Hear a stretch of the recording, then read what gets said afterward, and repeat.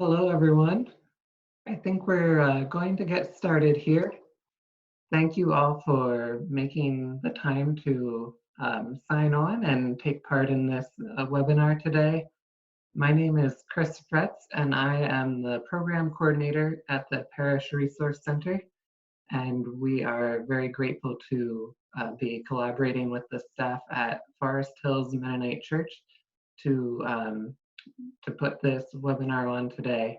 And so, as you are probably aware, we are working from home as far as the staff at the Parish Resource Center goes, but we are really wanting to continue to be a resource for churches and help you all sort out the different aspects of being church in a more dispersed way during this time of social distancing. So Rhoda Shirk, my colleague, has sent out an email to all of you that included the cell phone numbers of Parish Resource Center staff, and you can feel free to contact us through that or through our email address, info@parishresourcecenter.org. We do ask that you all continue to keep your microphones muted and your videos off just to make sure that everything runs smoothly during the webinar. And then if you have questions during the question and answer time, at the bottom of your screen, if you're on a computer or laptop, down where it says more, there is an option to chat, and you can send questions directly to me, Chris Fretz, as the host for the question and answer time, and then I can read those out loud, and either the staff at Forest Hills or other folks can jump in and answer those questions as we come to that time of the webinar. Rhoda, do you have anything you'd like to add before we get started? Just that I have already, I think, talked to a few of you about things. So I know that we may not have time for all the questions today. We may not know some of the answers. We might have to do some research, but I'm going to be taking notes on all of this stuff. And if there's anything that you think of afterwards, please let us know. If we don't cover it today, we will get in touch with you individually and help try to figure it out with you.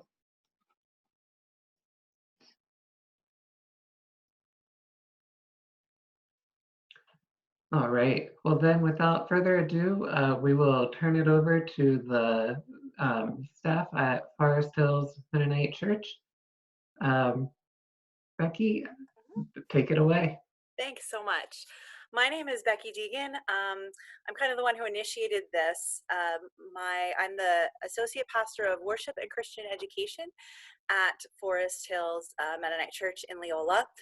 And obviously, this is not a webinar that we've been planning for months and months and spent tons of weeks preparing. But when this all happened last week and we had to cancel services and figure out other stuff, we reacted and we did some things that worked.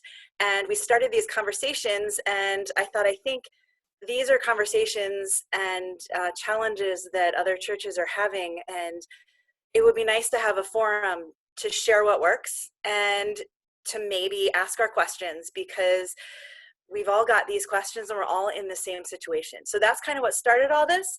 And I asked our lead pastor, John Carlson, who ironically is our technical person at Forest Hills and seems to be having a little bit of technical difficulty, but if his camera and microphone work and he wants to turn them on, that would be great. As well as Nina Harnish, who is our care minister at Forest Hills. So we're just here today, and I'll say right now, we will not have the answers to all your questions. I can pretty much guarantee that. We don't have the answers to all our questions yet, but we're all working through this together. So, so we just wanted to kind of tell you a few things, questions we've been asking and things we've been trying to start out with. So the first thing that kind of happened when we canceled services, we couldn't meet together, was, how do we do worship? We all worship. All of our churches worship. So how do we do that if we've just been told that we can't meet together? So John, do you want to talk a little bit just about what you did that first week, and then kind of where you went with this week in figuring that out? Sure. So my name's John Carlson. I'm, as Becky said, one of the pastors here at Forest Hills. I've been in pastoral ministry for, it was 10 years at the beginning of this month. And prior to that, I worked in multimedia production. So video, audio, a little bit of web development, and photography. So I have some background that I feel has served me pretty well, although I do not feel like my skills are as current or contemporary or as readily accessible within my brain as I would like them to be.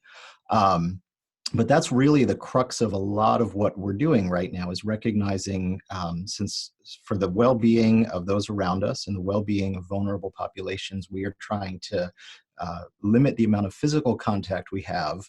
We want to try to leverage these digital spaces that we've all been sort of dabbling in to one extent or another and see what we can do. I've been in a couple of these conversations already in different contexts. We're a Mennonite church, so I've been chatting with other Mennonite pastors along the way. And one of the things I want to just name at the outset is that congregation size or average attendance has huge implications for how you go about this sort of stuff. We're a church that's somewhere around 200, 250 people worshiping on a typical Sunday morning. So the thought of bringing everybody together on a Zoom call for Sunday morning worship is not something that was going to happen.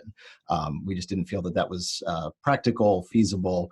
So what we did is we tried to take elements of what had already been planned for our Sunday morning worship service, and a couple brave souls came in here to church, and we just recorded them. Once we had recorded them, video and audio, we set that to, on Facebook, we have a fairly active Facebook page as a church, we set that to quote unquote premiere. This is a feature within Facebook video where you can have a pre-recorded video and it's already transferred to Facebook's servers, and then it essentially goes live at a certain time. So we said we normally worship at 10:30, we'll have this start at 10:30. So people can chat and interact, and it's essentially real time. Whereas with other platforms you might use, if you normally upload a sermon to YouTube or Vimeo, which we typically do, those are sort of video on demand formats. Anyone can go in and click and watch at any point in time, which is great. What we wanted was to try to create something that almost felt a little bit like being in the same space at the same time. So even though we couldn't be physically in the same space, we wanted to be synchronized sort of chronologically. We had a good experience with that overall. I'd say we had about an average of 60-ish people, 60-ish households sort of tuning in. I know that some of those were sort of whole families watching together in their household. Obviously, it does not replace an in-person worship gathering. And there's actually some interesting theological reflection I think all of us are going to be doing as we try to think about what does it mean to worship if we're not in the same physical space? And do we just want to try to reproduce what would happen typically at the altar or on the stage? Or do we want to try to do some other things? So this week we're moving forward with a similar model, but before we record that, we sort of put an appeal out to the congregation, inviting them to share a couple things with us. We wanted to hear the questions that they were having during this time, or their theological or scriptural issues that they were wrestling with as they try to make sense of all of this. We wanted to hear songs that they've found meaningful either at this point in time or in other difficult times they've journeyed through, and we're going to try to record a few of those songs that folks in the congregation sort of voiced. And then we wanted to hear their prayers, both how they're praying for others and how we can be praying for them. So we're going to try to incorporate all three of those elements into whatever we end up recording tomorrow morning, that then will be accessible for people when we normally would be gathered together in worship. Thanks, John. The other piece of this, when everything got canceled, and the piece that I think of course, being the Christian education person, is what about our kids? So my son has actually been in cyber school for the past 3 years. And I've been watching his teachers who use a Zoom room for live classrooms for 3 years. And when we said, well, we're not gathering and the kids can't gather on Sunday, my first thought was, well, I bet I could run a Zoom room. And so I spent some time figuring it out and trying some of the things I'd seen my son's teachers do over the years, and sent out an email. And I had probably between 15 and 18 kids who came to my Zoom room on Sunday morning for Sunday school. And we did some fun activities together. We did some online games. We watched a video. We had a Bible story, and we had Sunday school together, and it went really well. And the kids just loved seeing each other, even in that way. And so, I've actually been running a Zoom room for the kids 3 times a week. I did it 3 times this week, and I'm planning to do the same next week. Monday and Friday morning, we get together and do non-church stuff. I'm reading a chapter book to them. We do some games. We do all kinds of just, this morning we played a little like Pictionary kind of game where they would draw it, show us, and we'd guess. And we just have been getting together, and it's fun to see them interacting in this way when you know that they love to get together with their friends and they just can't. And then we did the same thing for our Wednesday evening programming for kids that we have. And every time I open my Zoom room, I have probably about 15 kids who come. There's a group of about 10 to 12 that are there every single time. And I've had parents say this is the only thing that they have on their schedule. And they're so grateful that they can have something. There's a first grader who sets an alarm for it and writes it on the calendar because it's the only thing that he can write on the calendar right now. And so it's just a way to support families and a way to let the kids remember that the church is there and remember that they have friends at church and connect with them in this way. So that's what we've been doing with kids. And I'm going to let Nina talk a little bit about what we're doing as far as care. So Nina, I will turn it over to you to talk about that. Before Nina jumps on, I just want to say so my wife and I have kids in this age bracket, and we love that they're able to connect and do this. So this morning, the kids were all on a Zoom call, and I got a text from another parent in the congregation who said, Becky is just a godsend with this. Exactly what Becky was saying. This is the one scheduled thing, and it gives parents a little bit of a reprieve. Yeah. What this parent texted me and said, I used this time to mix myself a drink. And like a good pastor, I said, it's 10 in the morning. And then I said, good job, because we are all just trying to get through this thing as best we can. So the stuff that Becky is doing, I know it's a lot of work that she's putting into it, but it's being really, really well received by our families. And I think it's something, sorry, Nina, we'll give you a chance, Nina, I promise. And I think it's something that I'm not even sure parents can name, that they need 30 minutes where their kids are, their kids are occupied someplace where they know that they're supervised. I'm supervising this, and I'm not even sure parents can name that. But I see the parents, they get their kids set up, and then there's this relief on their faces that their kids are going to be here for an hour. I mean, we are usually there for an hour, and I'm the one who has to say, hey guys, I got to go. I'm sorry, I got to shut the room down, because they'd stay. But another thing that we're doing is we, in our education closet, have all these old VBS toys and little trinkets and things, and we got them all out, and we made care packages for all the kids. And they're inside the front door of the church, that kids can come and families can come and pick up these care packages for kids that have little crafts, that have little toys, that have little games, that have little coloring books, things like that. So we have these care packages for kids. An outing, it's a safe outing. They can come, they can pick them up. We said the church will be open from this time to this time, or if you have a church key, you can come get it. You know, someplace your kids can actually go that's safe, that you're allowed to go, and they can pick this up and just to break the monotony. So right now we're just kind of looking at breaking the monotony of things. And I've also sent out, like last week's children's bulletins, I sent out in the mail, and I thought, you know what, I bet there's kids who've never gotten a piece of actual mail in the mail. And so starting to utilize that, I've got these children's bulletins for Lent. Well, I'm going to send them out each week so that they can have the excitement of getting something in the mail. So just looking at what you have and how can we support families and remind them that they're loved. So go ahead, Nina. Thanks.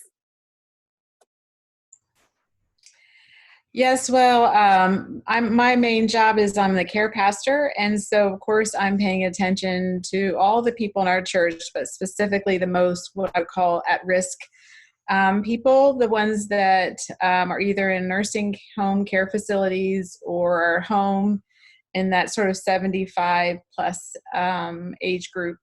So I just sort of made a spreadsheet of all the different people that hit that category, and I enlisted some volunteers. I have a care team that supports me, volunteers who do regular visiting. So I just asked them if they could check in with a list of names. I gave each of them, and I had very specific questions, not just how are you, but I wanted to make sure that everybody was having their needs met. So I asked specific questions such as, who is able to get you groceries? Who is able to pick up your medicines?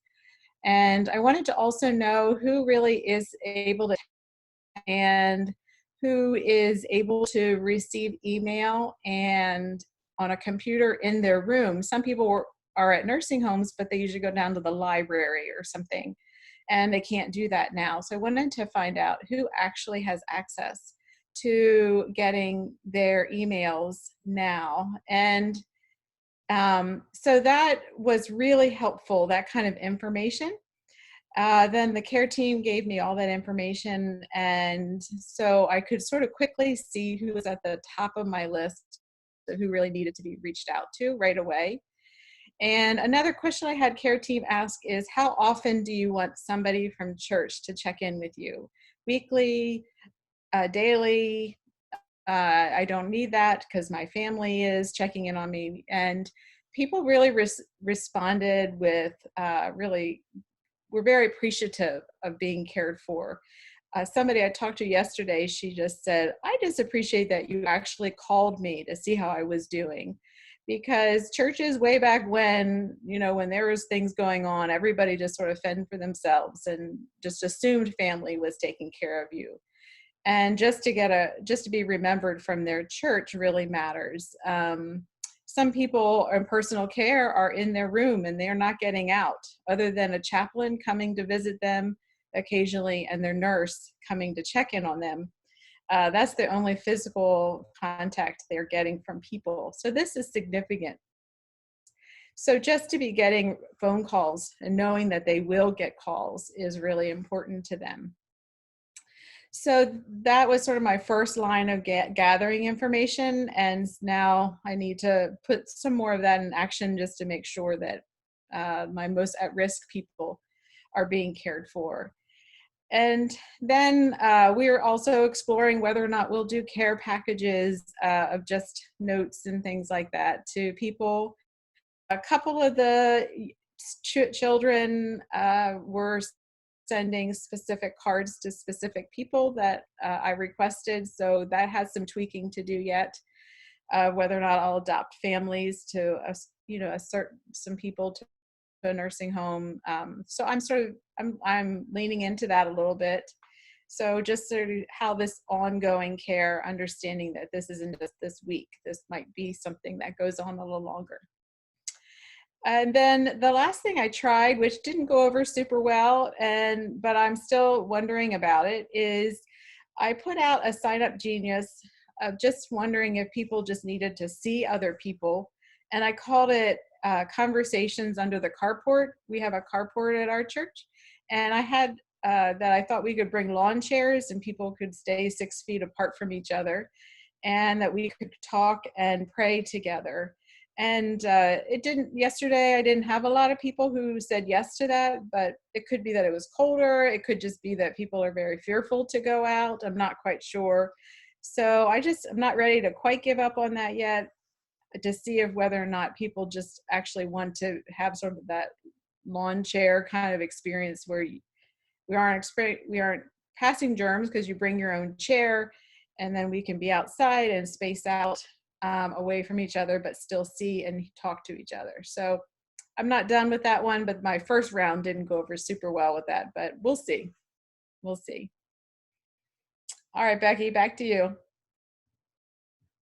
about that. Start my video. Thanks, Nina. Yeah, so those are some things we've been doing. I think that one of the other things we've been talking about is communicating with the congregation as well as with each other. but how and what do you communicate to your congregation? What's important to communicate? What are the things we should be asking each other and talking about? And I think that that John has done a really good job of this, of sending emails to the congregation, and Nina will follow up with those who don't have email. But just keeping people in the loop of what's going on and letting them know what questions we're asking, and letting them know how they can be involved. And so that the communication piece of it, I think, is really important. John, do you want to talk a little bit about kind of some of the questions that, like, I know there are some questions that you asked us as staff. Like I said, we have not been planning this for like months and months, so we're doing this as we go, as we go along here. But John, there were some questions that you asked us that first week that we needed to be thinking about, and I'm going to pull them up because I think they were important as we look at this. What are our priorities in this time? And these are some priorities that we were given, and I think that it's important to step back and look at this and decide, what are your priorities? And I think in our priorities, as we were given them by our fearless leader, were keeping staff healthy and safe. This is a crazy time for everybody, and how are we going to be able to serve others if we're not taking care of ourselves? I know that in ministry we have to be aware of that, but I think during this time we have to be even more aware of that as we're working to minister to others. Maintaining situational awareness and adjusting our schedules. Goodness, we all know how drastically our schedules had to be adjusted, and some of it we have control over. We can choose to meet by Zoom or not meet at all.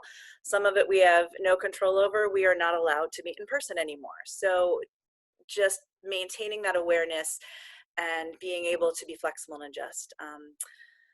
Technology-based alternatives. We've talked about the Zoom room. We're in one right now. I never thought that, I said, I think at a staff meeting, John asked, do you have any positives? And I said, I have discovered technical skills I never thought I had in this. And don't be afraid of trying new things. It's scary sometimes, but it's been really rewarding, at least for me, and working with the kids, to try new things. And some things have worked in the Zoom room and some things haven't, and that's okay. They're very gracious. People have been very gracious as we've tried new things. Nina talked about directing pastoral support to people in need, figure out what the needs are. And I think people want to help. I had several parents who asked me, can we write notes to people, to older people in the congregation? What can we do? There are people who would like to help, and how can we connect the people who would like to help with the needs that we have? And something that we haven't quite gotten to yet, but I think it's going to be needed, is mobilizing the congregation to respond to community needs. Like the note here says, this feels like a really broad and open-ended question, but we can't forget that, because this, like I keep telling myself, this is not the new forever. This is temporary, and when we come out the other side of this, there will be community needs, and so to be thinking about that now, I think, is important. John, is there anything else that you want to say about any of that? Yeah, do you mind actually just sharing your screen again so we can? I can do see that. those? Yeah, let me find it again. I do just want to clarify. I think Becky used the term fearless at one point. That is complete and total lie. These have been the most stressful 2 weeks of my 10 years of pastoral ministry, and I've seen some stuff, family disillusion and staff misconduct, all sorts of stuff. Not our staff currently, of course. But I've seen these have been really challenging times, and so I think it's important for us as leaders to be willing to acknowledge that, we feel that we are carrying heavy loads, and we're not going to get everything right, but our people are going to be gracious with us as we try to extend God's grace to them. So I hope that we can remember that in the midst of this. I also feel somewhat perversely fortunate that I got a little bit of a personal, just sort of dry run at this, because the 2 weeks before this really sort of exploded on everyone's radar and we were scrambling to make decisions, we went through 2 weeks where at least one of our children was sick every school day for 2 straight weeks. And so my wife's a teacher and we were just trying to juggle. She took a day where she could, and I worked from home where I could. And so it got me thinking in pretty serious terms, knowing that this COVID-19 stuff could be intensifying.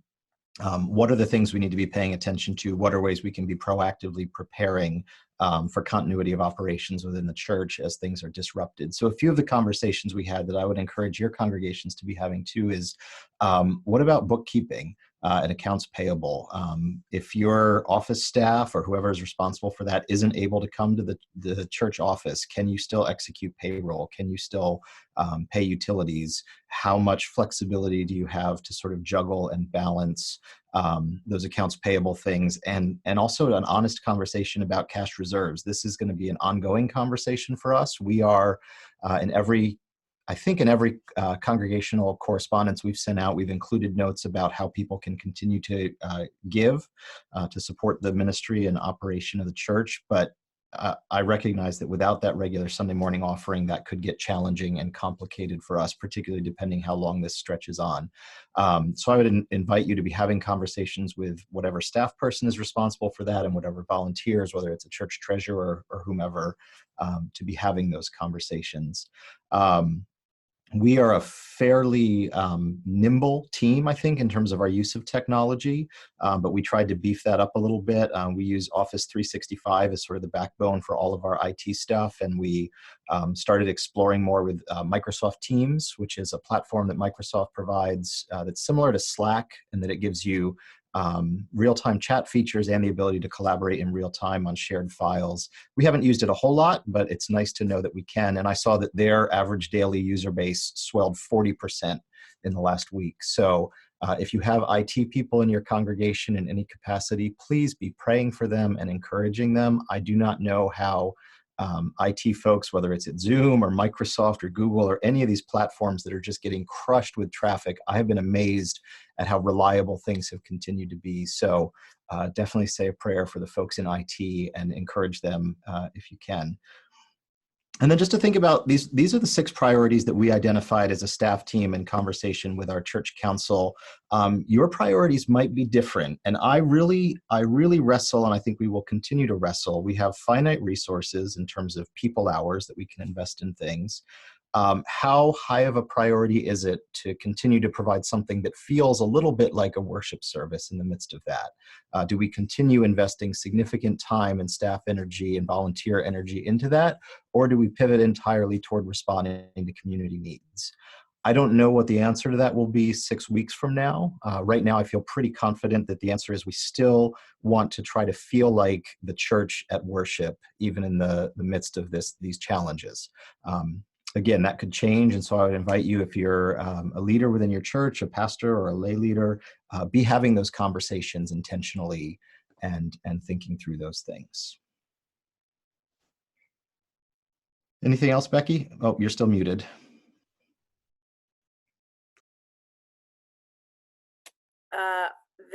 I just wanted to share, you had mentioned something out of this. This is an email that was sent out to our congregation, and you talked about, I forget what it was you talked about that reminded me of this email, but just the tithes and offerings on here. This is an email that went out. The other thing that you did in this email that I wanted to talk about was the survey that you sent out to the congregation, and that I think that also gave people a chance to be involved. And that's something that, as this goes on, keeping people engaged and involved is going to be really important for when we come back together. I have said I did a week of this Zoom room by myself, and well, actually I did it 2 times, and I thought, okay, these kids are going to get sick of seeing just me real quick. And I have a teacher who's not teaching right now, who's a volunteer, and I called and said, do you want to help me on Wednesday night? And she did, and she had to learn Zoom. It was a lot more work engaging a volunteer to help me with it.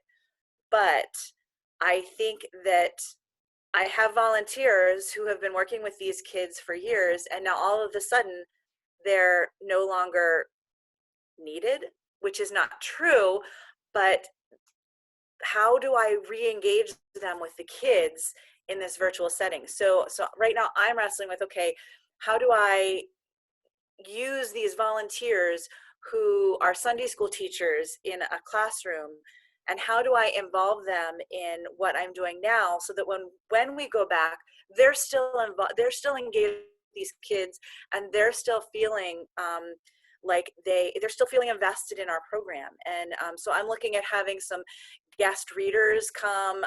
A lot of my teachers are not tech proficient enough to, plan and run a Zoom room or a Zoom activity even, but you know what? They could read a book to kids. And in my closed Zoom room, I don't think it's not. I saw a copyright question. It's not a copyright issue if I read a book to my Sunday school class. So I don't think it's a copyright issue if I read a book to my Sunday school class in this closed Zoom room. Like, I have not been worried about that. I'll let the music question, if Chris and Rhoda want to address that one, we can address that one later. But that's this is kind of what we have been saying to our congregation, to let them know this is what we're doing. What else do you need? And what would you like to be involved in? But yeah, I agree with John. I think everything that's gone out has had something about the tithes and offerings in it. And if I could just share my screen quickly. I think if I stop, then Let I me stop can. share. Yeah. I can. This is the survey that Becky was talking about that we developed to send out to our congregation. It's 4 questions plus some basic just sort of name, contact info, inviting people to think about how would they be able to offer assistance if there are needs that develop either within the congregation or within the broader community. And so we just sort of buzzed through, brainstormed some really basic things that we expect might be needs. We also invited people to share and reflect what might they be needing during these times. And then also the question of, are they aware of friends or neighbors who might need assistance? In part, this will give us a little bit of data to work with and a starting point for these conversations, but I also see as much value, if not more, in sort of helping to jumpstart the congregation's thinking in terms of how we respond to this. We can get pretty insular, pretty inward focused. How do we maintain worship? How do we keep payroll going? How do we keep offerings coming in? All important questions, undoubtedly. But historically, the church has often been at her absolute very best when society is going through these cataclysmic challenges, and Christians respond with grace and compassion and faithfulness and courage. And so this was our very small way of trying to get people to start thinking in those terms, in addition to thinking about what the needs of our own congregation are and the needs of our own families. Thanks, So Becky, John. I don't know if you had other things, or if we want to start fielding some questions, or. I think we can field some questions if you want. I think that questions were going to Chris, is that right? Yes, that's right. Well, why don't we start with the question that you had mentioned, Becky. Okay. So someone had asked, are there any issues with using music that is not public domain via Facebook? Not sure about the rules about that. John and I just had this conversation briefly this week or last week. It's all the days run together at this point. But we have a CCLI license, and they also offer a license for streaming. John, did you say you had seen something about, do you have more information about that? Yeah, so there are some publishers that are making their copyrighted material more broadly available. You're seeing this with like big book publishers and children's books. So like, you know, Josh Gad, the guy who voices Olaf in Frozen. Sorry, you can tell what life stage our family is at. He's doing like live Twitter read-alongs every night. And publishers are sort of giving that a pass at this point in time. I thought I had heard a rumor that CCLI might be just extending that streaming license throughout all of their licensing. As I've dug into it more, my understanding is that is not correct. So if your primary concern is around the legal side of that, then your best bet would be to just go out and purchase that license for your church. John, I actually Yes. do have some information on that. There is a licensing platform that is actually, it's not automatically added if you have a different version of the licensing that doesn't apply to streaming, but they are offering the streaming license for free. I believe it's through April 15. And I have that link. I can send it out to everybody afterwards. So yes, you do need a license for any music that you're streaming. And there are some free options that people have put out there. They're limited time. You have to sign up if you want to continue it after whenever their free period ends. But they have put out some free during this time, knowing that everybody is struggling to adapt. There are some free options right now.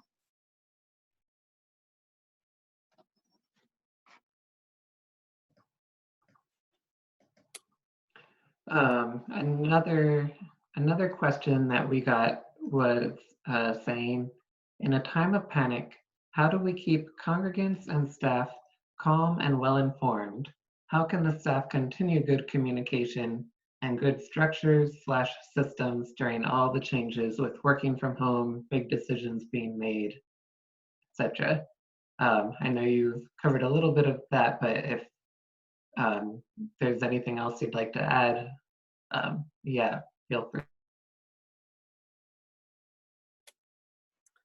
John, did you want to speak to that at all, or? Can I say not really? Yeah. No, You've been so good at the communication piece of it. yeah, I don't know about that, but I think we're trying.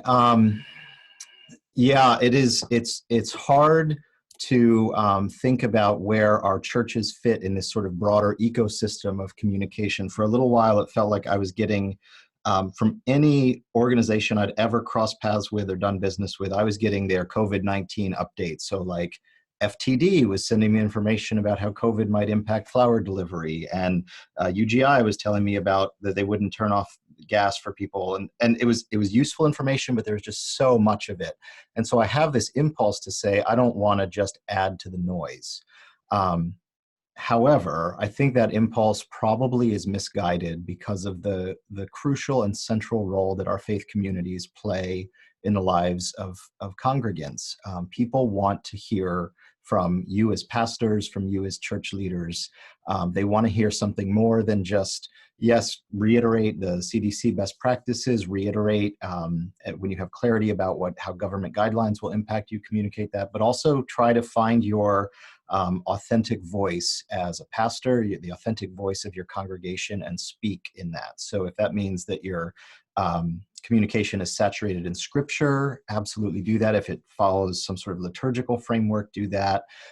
Find that voice and try to speak in it. Most of our communication has happened so far via email. We recognize that doesn't have 100% saturation for our folks.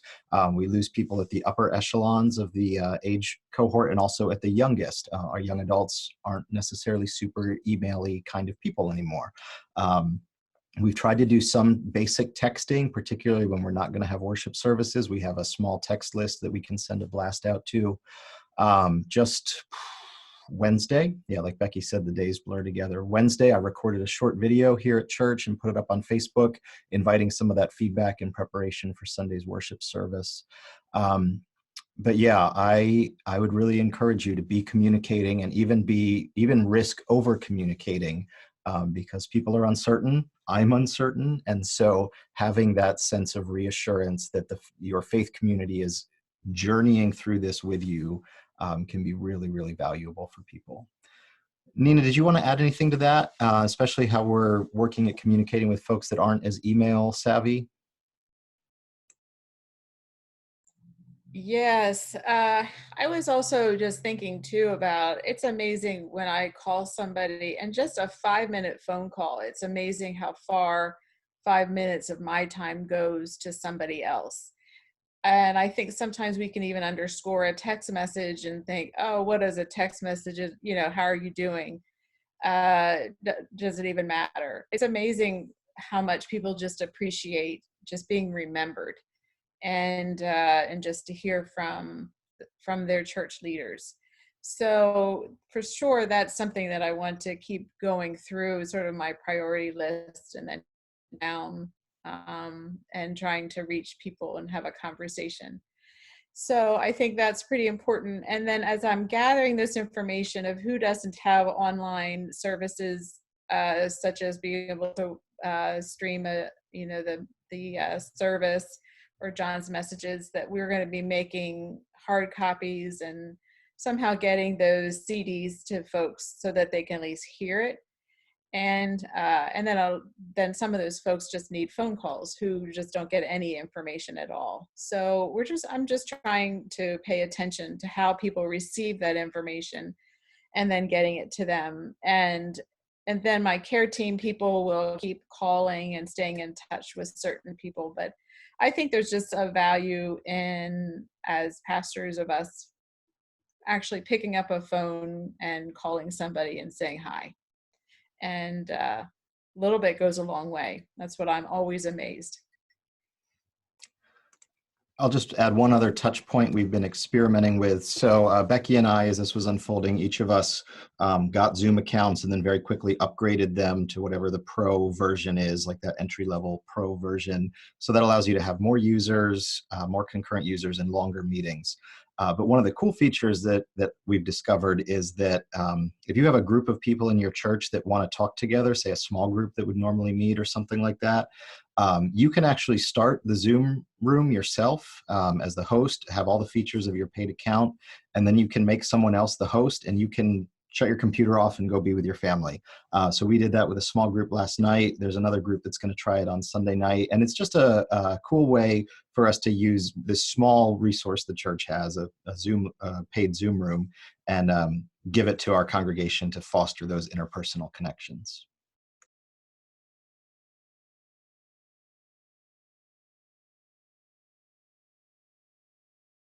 I think you really covered the communication within the congregation very well. With that question that Chris just gave, like the staffing and the functionality of running a church, how are you working at that piece in working from home, or all the changes that are happening right now? Yeah, I'm really fortunate that I get to work with a bunch of rock stars. Like our staff team has just been amazing in really rising to that occasion. One of the things that I've really appreciated is, even before all of this, obviously we're professionals and we're colleagues, but there's a certain level of camaraderie that we have. And so there are sort of running text threads of people, sharing stupid things that we see or weird things that happen to us. And a lot of that has continued. So there's really this sort of flattening of communication where we'll start a conversation by text, and then somebody will send an email, and then someone else will draft a Word document that we can edit together. And yeah, we're really taking advantage of different tools to try to communicate with one another. We did, I hope I can tell everyone this, we were planning to have our staff meeting this week via Zoom, and I was sort of making preparations for that, and the staff said, we have a big enough church. There are rooms that we can be in and stay 6 feet from each other and not need to worry about it. And so we did, actually, and I was surprised. I don't know that the CDC would have been super happy with us, but I was surprised how good it felt to be in that physical space together. Yeah, so I do think there are opportunities for that. And I think, it was really nice to be together, but also just to be aware that we're asking each other those questions too. All those things that we said we're asking in the congregation, like we ask each other too, how are you doing with this? is there anything you need? Like how can we support each other? And like John said, we started out with a great staff and a great camaraderie. So we are blessed that was our starting point, and this has just kind of continued that. But keeping checking in with each other and with other staff has been just as important to all of that. As far as the functionality of it, like he said, we kind of use text, email, whatever we have, and we also are all willing to step up. If something needs done, then it might not be in my job description, but we're all willing, especially now, to jump in and help out and make sure things happen that need to happen.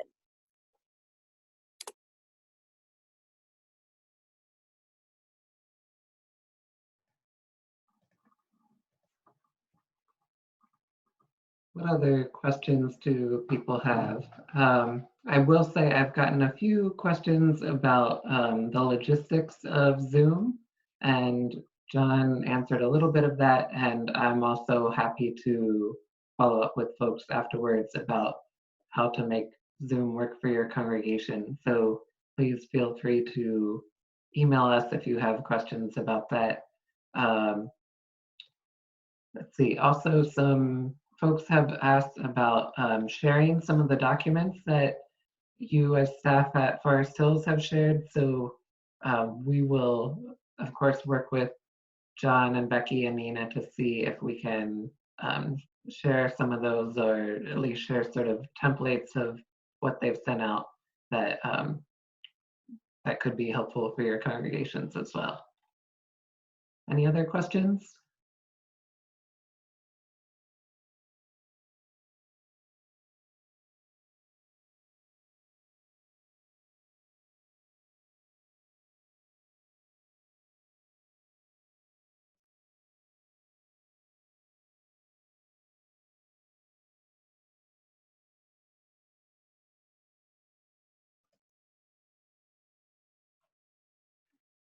Well, we don't want to take up people's time if they if everyone feels like their questions have been answered. Oh, we do have a question about whether Zoom is the best platform to use versus Skype. And I know as far as our experiences for staff at the Parish Resource Center, we have certainly found Zoom to be much more stable and have a really wide variety of tools as far as being able to record calls and have multiple hosts for a call and things like that. But I'll also let you all as the Forest Hills staff answer that as well if you'd like. Yeah, I think we found our way into Zoom because Becky had some experience with her son being doing cyber school. I've had experiences with a couple different platforms historically, and also just this week. Yesterday, I was on a GoToMeeting meeting, and my kids were doing a Zoom piano lesson with their teacher, and my wife was doing Google Meet with her colleagues at the school. I would echo what Chris said. Zoom is not perfect. There's some features I wish it had that it didn't around sort of video control. You can see that I'm like super bright right here, and I would love to be able to adjust that, but I can't in Zoom. And GoToMeeting you can. But I think it has the flexibility that people need and the stability that people need. That said, if you're already really comfortable with Skype and there are people in your congregation, don't feel like you have to, learn Zoom all of a sudden. If be true to your context and be true to what you know and are comfortable with. I also would be somewhat mindful of what exactly you're trying to accomplish. So this is an interesting sort of hybrid between a one-way, one of us as presenters talking to a large group of people versus a dialogue. We're sort of somewhere in the middle with a couple different people presenting and wanting to be able to chat. If you're looking for more of sort of a one-way, you have something to say and your people are ready to hear it, Zoom might not be the best platform for that. You're going to find probably greater stability with Facebook, like I was talking about, that we did for our worship services, YouTube Live, Vimeo for that sort of video on demand where the timing of it isn't as critical. You just want your content there and people can access it. Those platforms are going to give you higher quality video and greater reliability than what you'll find in Zoom, but they won't have that interactivity or the ability of multiple people to all be sharing their screens and videos at the same time. So think pretty strategically about what you're trying to accomplish and how large you expect your audience or number of participants might be. I've heard of people having Zoom calls with like 150 people, and that just sounds like such a nightmare to me. I'm not sure why you would do that to yourself. But if you can find a way to make it work, hey, that's awesome. But for this more sort of smaller 50 or under kind of participant, I think Zoom makes a lot of sense when you need it to be real time and interactive. But for other modes of communication, you might find that other video hosting platforms are more effective for you. I'm also curious if anybody else on our call wants to jump in and give us an idea of what your church has been doing, what has been working for you, what you wish you were doing and aren't sure how, or we're also curious what you guys have been doing.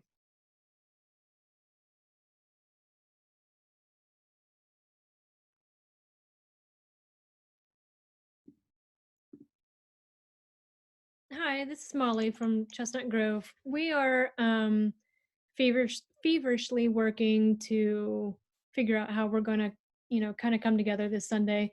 We're geared for Zoom. The part that we're struggling with is the folks that need to call in or struggle with, being able to connect. When you've got a large group, we'll have everyone muted, but then, things for prayers of the people. We really just wish that there was something for a larger group that was just a miracle, as far as ways to manage it, to snap everybody in and out. If you've called in, you can't see, you can't raise your hand, you can't chat. So that's what we're struggling with right now as far as restrictions.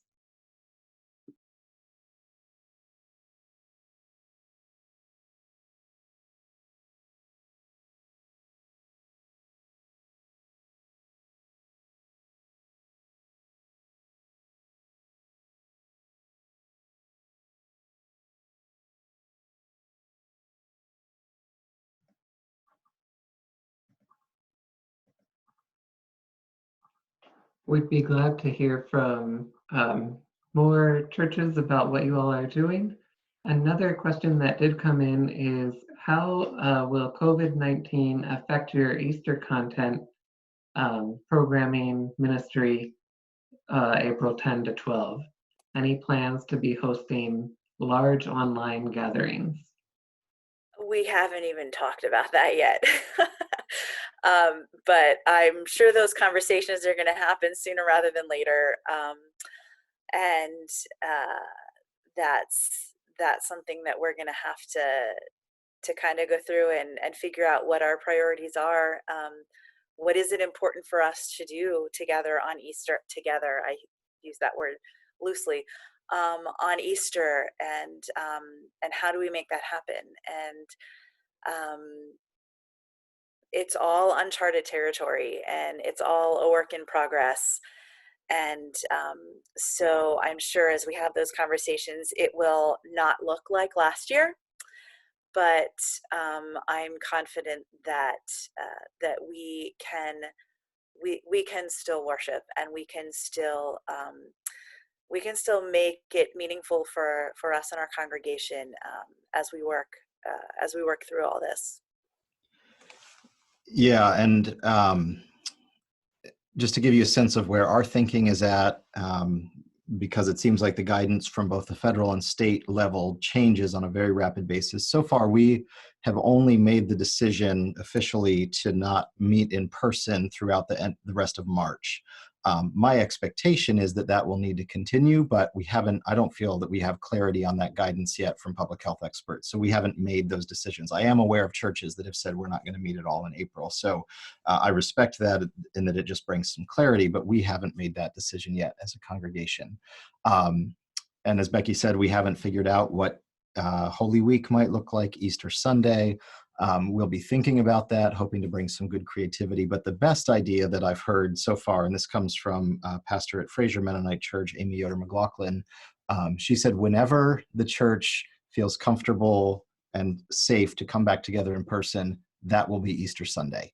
We will celebrate the resurrection of Christ that first time that we are able to meet back together in person. So I expect that concept will play into our thinking, that we may have our Easter celebration service sometime not on Easter, but that's okay. The church has monkeyed with the date for Easter before, so I think we'll be all right there.